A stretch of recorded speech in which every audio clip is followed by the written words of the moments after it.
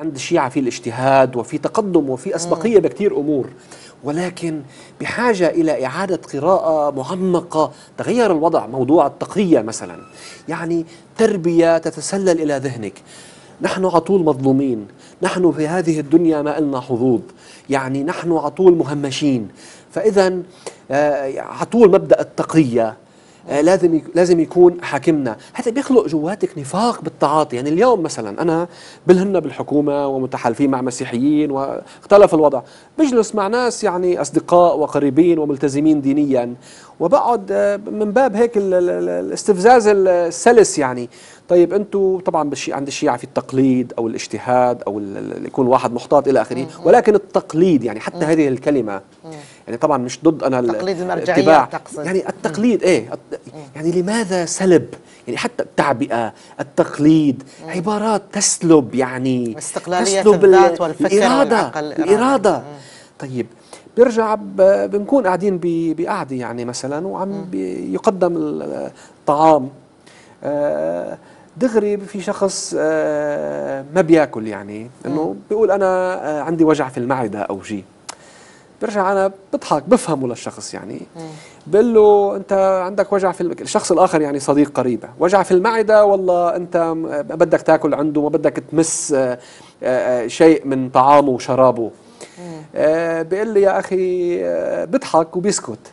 بقول له يا اخي انت عم تنشأ في بيئه معينه، بس ارجع الى ذاتك.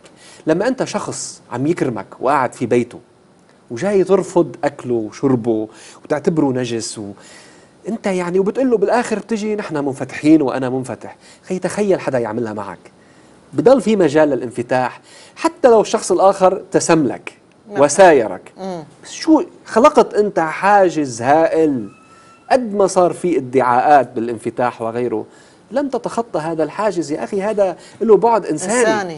فلأرجع للموضوع، تحولت موضوع التقية. طبعا طلع بعد الثورة الإيرانية قال الخميني لا تقية بعد اليوم، يعني ولكن التجذر التاريخي لهالمبادئ تحولت إلى نوع من الباطنية. يعني حتى وقت نشرت كتابي طريق النحل في البداية، المأخذ الأساسي من كل أصدقائي القدامى والحزبيين إنه يا أخي أنت اللي كتبته فرح لنا قلوبنا، وصحيح وأنت مصلح، ولكن هذا الموضوع يجب أن يبقى داخل الشيعة. أنت عم تنشر غسيلنا. قلت لهم لا، نحن الآن اختلفنا. أنتم عم تحكوا تعيشوا بوطن، يعني حزب الله ومقاومتك. أنت لو ما البيئة اللبنانية مش بس الشيعية بلبنان سهلت لك وساعدتك وحضنتك، أنت وصلت حققت هالشيء اللي عجز عن تحقيقه كل العرب؟ لا. فأنت كيف بدك ترد الجميل؟ ما بدك تكون تحافظ على النسيج الوطني، ما بدك تحافظ على الروابط البيئية والمجتمعية، ما بدك تكون ممتن، بتكون جاحد وناكر.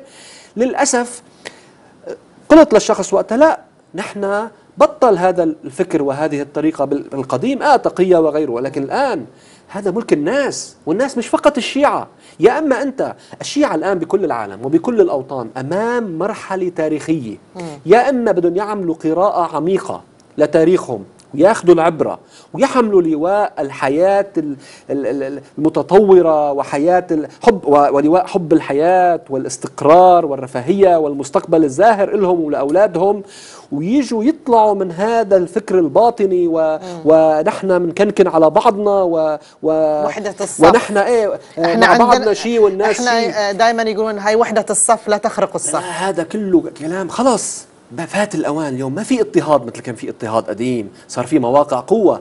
الآن الشيعة على مفترق طرق بكل العالم، يا إما يستفيدون من القوة اللي حققوها، طبعا في تفوق حققوه فيه، ويجيروها لصالح مجتمعاتهم وأوطانهم ببعد وطني مجتمعي راقي، يا إما يزجوها بمشاريع خارجية أممية كما يحصل الآن للأسف، سوف تطيح بكل إنجازاتهم وسوف تحملهم مسؤولية تخلف. مش هن فقط سيقعوا فيه، هن والناس المتأثرة فيهم، لأنه اللي صاحب القوة عليه مسؤولية أكبر بالتعاطي مع شؤون الناس. صحيح. بترجعهم إلى غياهب التاريخ. نحن في هذا المفترق، وأتمنى أن تدار الأمور بشكل سليم، لأنه أصلا مش بس الأمور يعني مجردة، يعني التطرف السني اللي طلع، ما هذه ردة فعل يا أخي، ردة فعل.